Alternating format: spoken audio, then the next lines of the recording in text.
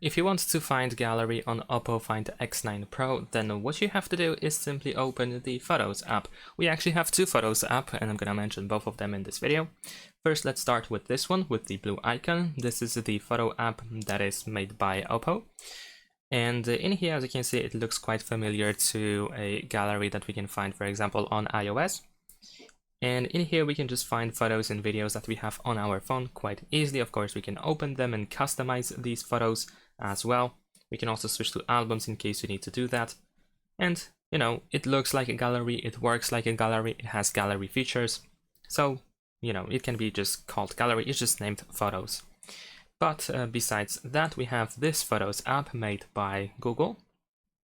And in here, of course, we can also find our photos and videos that we have saved on our phone. We also have collections, which are albums, of course, where we can find, for example, screenshots and so on and so forth.